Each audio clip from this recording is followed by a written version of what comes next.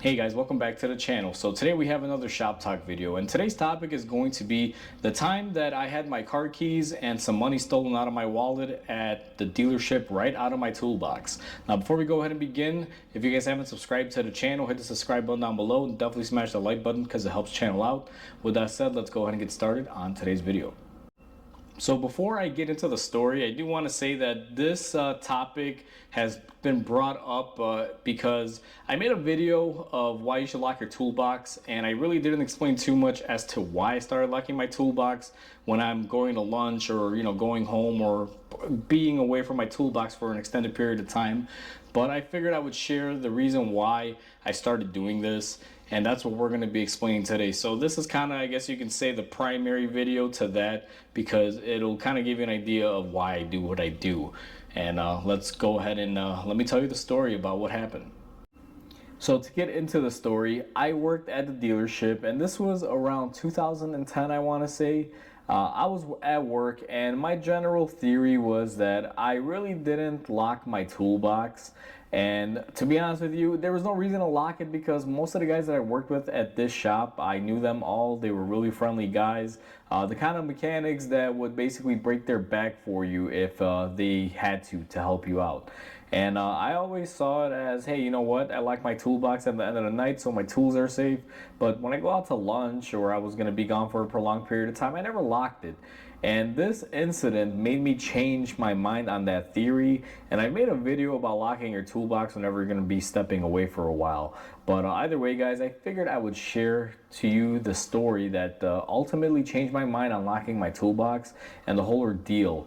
So what had happened was it was a summer day, and all of the techs decided to go down the road to a new restaurant that had opened up where we worked. So we all got in my buddy's car, we all headed down there, and there was basically no one at the shop, which usually is kind of unusual for that particular shop that I worked in, because there was always one guy that always brought food from home, and he was always hanging out in the shop just watching videos and eating. But since everybody left, the shop was pretty much empty. Now the shop was open to porters, salespeople, the managers, service advisors. So pretty much anyone could walk in. Even though there's cameras everywhere that are, recording everything, still there was a lot of access to the shop. It's not like it's restricted.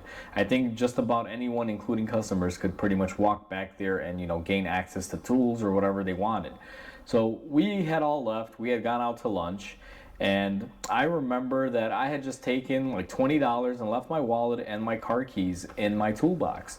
And I figured, no one's going to touch anything. So I just took the 20 bucks because at that time, the whole reason of me not taking my whole wallet is I didn't want to spend too much. I was trying to save for something. So I gave myself a daily limit of around $20 to spend for food and things like that. But that's, neither here nor there. It's a personal thing. But either way, I grabbed a $20 bill, put it in my pocket, and left with the guys. I wasn't driving, so I was like, I don't need my wallet. I don't need my keys. I'll be back.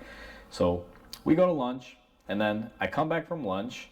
And, I had some change left over, and I always had a dedicated drawer where I kept my wallet and my keys and just personal belongings like snacks, some candy, things like that. I call it the personal drawer in my toolbox. And we come back from lunch. I go open my drawer to put my wallet back in, and I realized that my wallet was kind of out of shape from where I left it. Like I always left it on the left, and it was more towards the right, and it was flipped around, not the way I leave it or the way that I left it. So I open it up. And I, go through it, and I realize I'm down about $40, and I'm like, what's going on? So either way, I put my loose dollar bills that I got from change back in my box, and I put my wallet back, and then I realized my car keys were gone. And I was like, what is going on? So I go outside in the parking lot, and I look where my car should be parked, and surprise, surprise, my car is gone. It's not there. I couldn't find it. So right away, I'm freaking out. I'm like, what the heck just happened?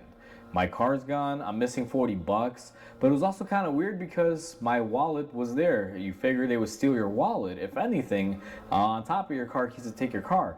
So I was a little baffled, and I was trying to figure out what was going on. So my immediate instinct was, instead of calling 911, obviously, I go to my manager, and I'm like, hey, somebody took my car. Can you guys review the video?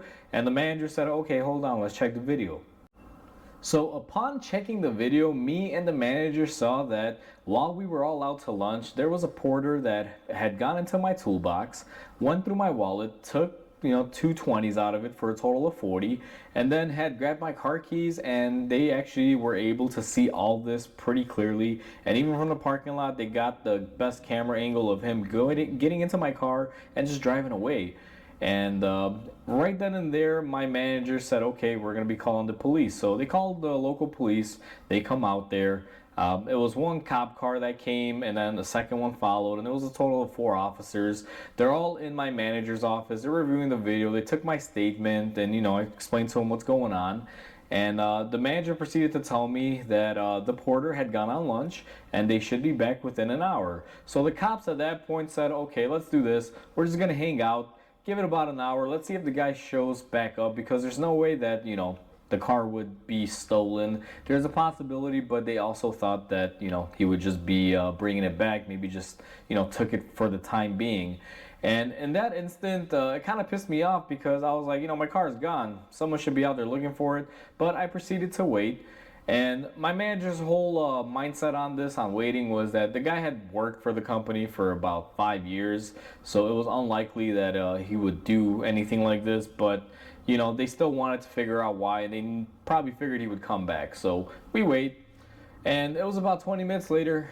You see on the cameras that my car comes back in, the guy parks it, and there was nobody in the back shop either, because there was still lunch break for the mechanics as well as the porters. We all kind of went to lunch around the same time. So back shop is empty, and you see this guy sneakily go back into my toolbox, put my keys back there, and then lock my drawer back up, push it in, and just kind of go back to where the porters go.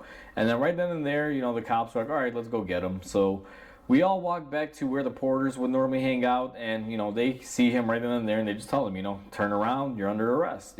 Put him in handcuffs, and then they start talking to him. So this guy was pretty brazen of all things. So he figured, in a dealership of all these cars, since all the techs were gone, and since he was stealing $40 from my wallet because my toolbox was open, he figured, oh, the car keys are right there, might as well use his car too, because he was too cheap to use his own gas. Or, check this out, guys. Being a dealership porter, you have access to every car at the dealership with your own plates. You can get into any car and take it and use it to go to lunch or whatever.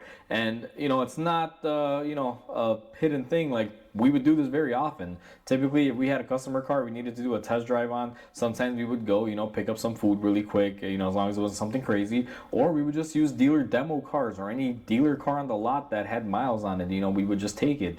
And management allowed us to do that. It wasn't really a big deal. But the whole big deal about this was that instead of this guy doing that, I mean, honestly, I probably would have not even noticed that I was missing money at that point in time until, like, maybe a couple days after. And by then it would have probably, never really gotten back to him, because I could have just easily would have thought, hey, maybe I misplaced it, or, something. But the fact that he took my keys is where he screwed up. So apparently he took my car, went to get food, and then came back and thought no one would notice. And sadly for him, that wasn't the case. The techs got back before he did, and he wound up getting himself locked up in the slammer. And to make a long story short, after that, basically management took care of it. They refunded me my money. The manager was adamant, because I am a little bit particular. Like, I am sort of a clean freak. And knowing the fact that I had someone in my car, and my car was gone for about 45 minutes, I don't know where that car went, or who was in it. So I told my manager, listen, if you reimburse me my $40, take care of that front. And then, just get my car detailed for me, at least on the inside, because I don't know what happened. He could have went in there, did drugs or something. I'm like, I just want to get my car cleaned out just to play safe. So my whole manager sent my whole car out, got it detailed and everything. That pretty much, fixed that issue. And then I had to press charges, and unfortunately I had to, go to court. And this guy, wound up getting a little bit of time for doing what he did. And that is what led me to always change my mindset and tell myself, that's it. No matter where you are at the dealership or who you're working with, if you're going to step away from your toolbox, it's always probably safe to lock it up, especially if it's going to be for an extended period of time. And ever since that day, whenever I would go out for lunch, I would lock my toolbox up, whether I left the dealership or not, it didn't matter. And then every night my toolbox was locked. It just, that's how I did it from that point on. Because what that situation taught me is that even if, let's say it's not an actual theft or anything crazy, like in this scenario, it wasn't that much. I mean, $40 is $40, but at the end of the day, it could have been a lot worse. But what I realized is that even if someone, let's say, goes in when I'm at lunch and let's say borrows a tool or winds up taking something or stealing from me, I can easily prevent that just by locking my toolbox. Because why wouldn't you? And that's what I feel I should have did in this situation. It just basically gave someone the opportunity to go above and beyond and basically do some bad.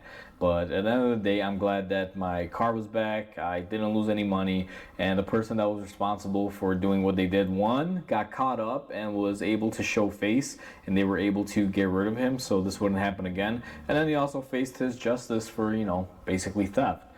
So that is my personal story on why I always tell people lock up your toolbox, especially when you're not going to be there for a little bit of time, because stuff like this can happen. And whether it's a porter, sales guy, or whatever, it could be anyone, guys. I'm not really ragging on a particular person here or anything, but it doesn't matter who it is. It could even be a fellow mechanic, doing this or playing pranks on you. At the end of the day, if you want to keep your stuff secure, just make sure you lock your toolbox. So that is the story that I want to share with you guys about the time that my car was stolen / borrowed for lunchtime, and then also had some money stolen out of my wallet. So either way, guys, hopefully you guys enjoyed this video. Please comment, like, and subscribe because it definitely helps the channel grow. Hope you have a wonderful day, and I'll catch you guys on the next video.